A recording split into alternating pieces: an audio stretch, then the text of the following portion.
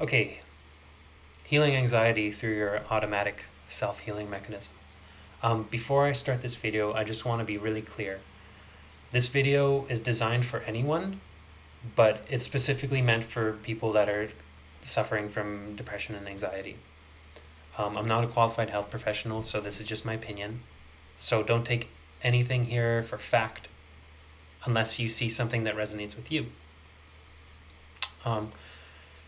Before I jump into this, I just want to go over the 3 principles.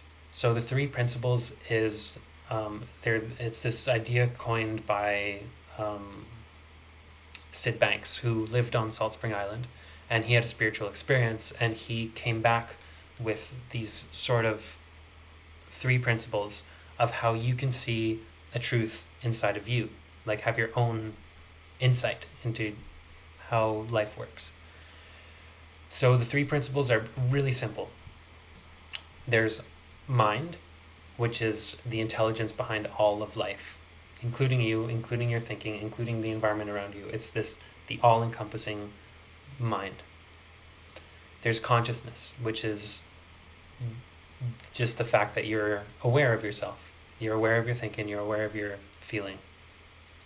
And then there's thought, which is the capacity and the ability that you have to think whatever you want.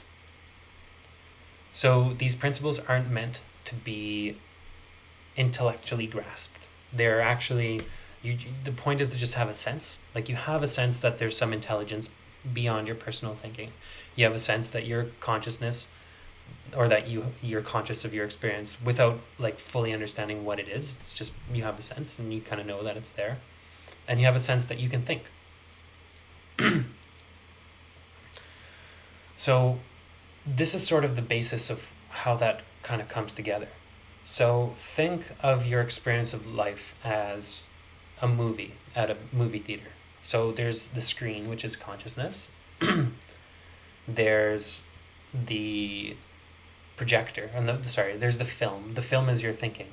So whatever you're thinking in any moment gets projected, bam, you experience it on the screen of consciousness.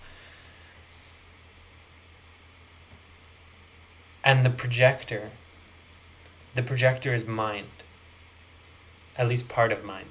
And what it does, it's like a magical projector. It's like a cosmic projector, because it takes whatever you're thinking in the moment and it brings it to life. So whatever you're thinking in any moment, you experience it fully. You feel it fully, you see it, you hear it, everything. It's like there, and it's experienced in like as if it were real. But here's kind of a key point. It's not so much that your thoughts are creating reality as much as it is that you're not actually experiencing reality. You're just experiencing your thinking at any given moment. It just kind of looks real. So you're not actually feeling your circumstances, you're just feeling your thinking of these circumstances. Does that make sense? So every thought that passes through your consciousness gets projected, and you feel it and you experience it. So the feeling and the thought go together. They're like coupled. So you can actually call it like a thought feeling. So it's like, what thought feeling are you experiencing now? It's like, what are you thinking? What are you feeling? Because they go together. Now, just because your feeling is a shadow of your thought, that doesn't, like, it's not a testament to how feelings don't matter. It's just a testament to how powerful your thoughts are, that they literally create your experience, that you're literally experiencing your thinking. So what happens, the problem we get so caught up in is that we think that our experience of life comes from the outside, when really it's coming from the inside. So I'm not trying to diminish how intense and real emotions are. I'm just pointing out where the feelings come from, and they come from your thinking. They come from your moment-to-moment thinking. So when an anxious thought comes into your mind, you feel anxious and you perceive the situation like a danger or something, and it looks real and it feels real. But in the back there's just a little tiny projector and a little tiny thought, and it's producing this, intense, real looking experience. Okay, so that's kind of like the three principles in a nutshell. Now let's move on to the self-healing mechanism. So picture this. Imagine someone passed you a hot coal. It's like, catch this, here's a hot coal. You'd be like, oh no, I don't want to hold that. You let go of it, and you don't even think about it. You just let go of it. Super, unconsciously, right?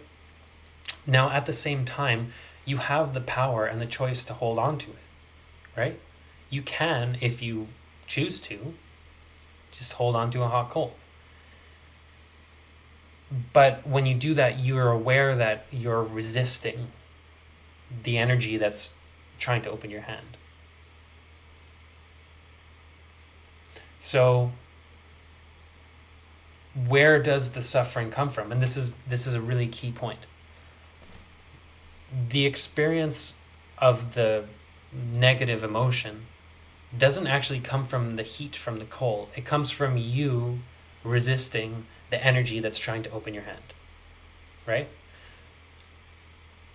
And so what happens is, let's say, imagine you're holding a bunch of coals, and someone points at a coal and it's like, hey, you should let go of that. That looks like it's burning you. And you're like, oh, well, this is a good idea.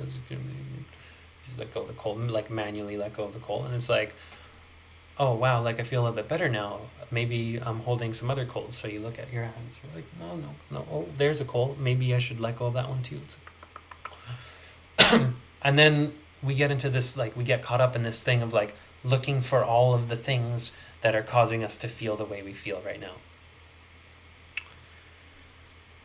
So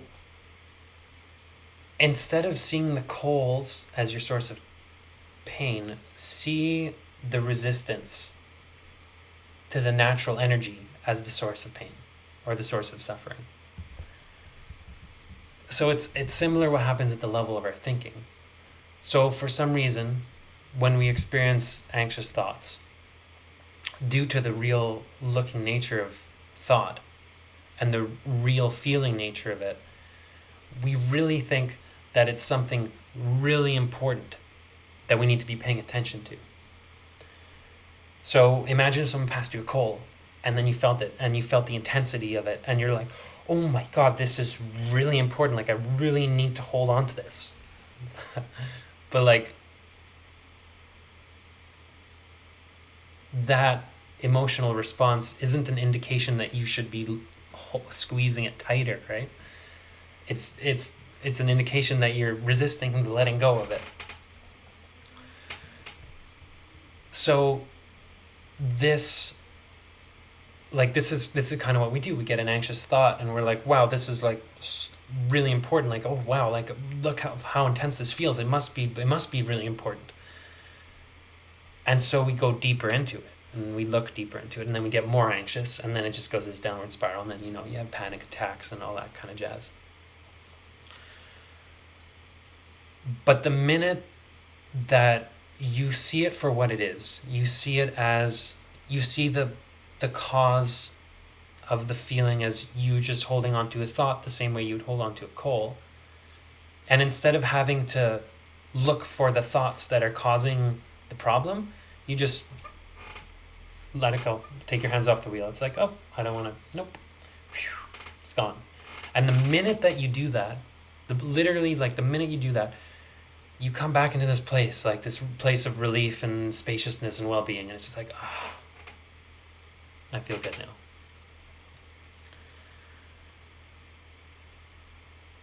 And from this, I just got a weird update thing.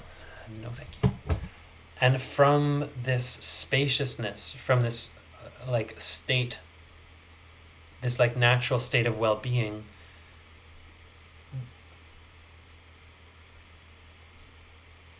there's a tendency to get like nice thoughts delivered to you, and this is courtesy of, mind or whatever. But like, yeah, I mean, you'll see this, you'll see it for yourself. Don't take my word for this. So anyway, so the point here is it's as natural to let go of a hot coal as it is for a hot thought. And the process is automatic. That's why I call it the automatic self-healing mechanism. Because when you stop resisting the healing, it just happens. So,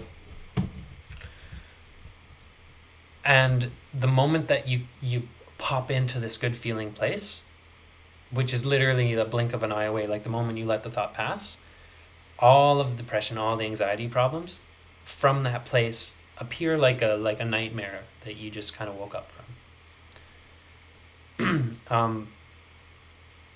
So imagine you're driving a self-driving car, okay?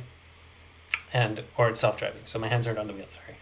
Self-driving car going down the roads, super smooth, and then you have the power to put your hands on the wheel and drive it off the road if you want. And you can do that. You can just drive it off the road. And then it starts being bumpy, and then all these indicators are flashing like, warning, warning, get back on the road, warning. And you're like, oh my God. And then you think in your head, oh my God, my car is off the road. I need to drive it back on the road. So then you go like, and then you miss it. And then you like, you're on the opposite side now, and you're just like back on the road. Really, it's a self-driving car. So all you really need to do is let go of the wheel. And then just goes back on the road again. Smooth sailing. So we're at a crossroad here. So, here it is. Your experience of life comes from the outside. And the reason that you're depressed or anxious or whatever is because your brain isn't wired properly, or because you haven't analyzed the past enough, and you require years of therapy. And even after years of therapy, no one really ever fully gets healed. It's like an ongoing process that lasts for the rest of your life. And it requires tons of effort, tons of energy on your part. Or B, you just built a story that was due to the fact that you forgot that you were just feeling your thinking.